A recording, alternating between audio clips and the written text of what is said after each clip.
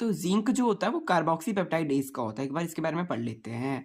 तो देखिए यहाँ पे क्या लिखा है, it is zinc dependent metalloprotease. Zinc dependent metalloprotease है कार्बोक्सी पेप्टाइडेज। क्या है? Zinc dependent मेटेलोप्रोटीएज।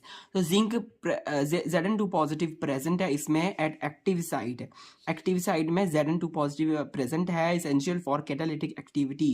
किसके लिए? जो कैटालिटिक एक्टिविटी है उसके लिए एसेंशियल है। और स्टेबिलाईज करता है नेगेटिव चार्ज को, और एक्टिवेट करता है वाटर को एक्टिवेट करता है फॉर पेप्टाइड बॉन्ड हाइड्रोलिसिस। जो हाइड्रोलिसिस होती है पेप्टाइड बॉन्ड से, उसकी है ना, उसको एक्टिवेट करता है। बेसिकली पेप्टाइड बॉन्ड की हाइड्रोलिसिस करता है वाटर में।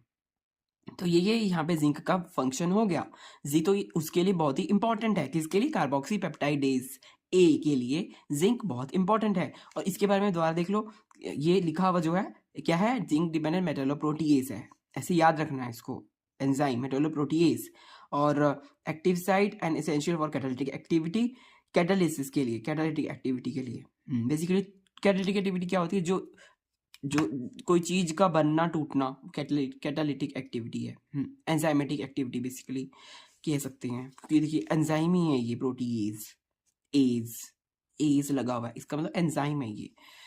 ठीक है, तो जिंक जो है वो कार्बोक्सी पेप्टाइड, इसके और भी हैं, और भी चीजों के लिए एसेंशियल है। एक कार्बोक्सी पेप्टाइडेज तो हमारे पास क्वेश्चन में था ही, और दूसरा है कार्बोक्सी एनहाइड्रेज और अल्कोहल डिहाइड्रोजिनेज। ये सारे एंजाइम्स हैं, इसमें जिंक का रोल बहुत ही जरूरी है, याद रखना।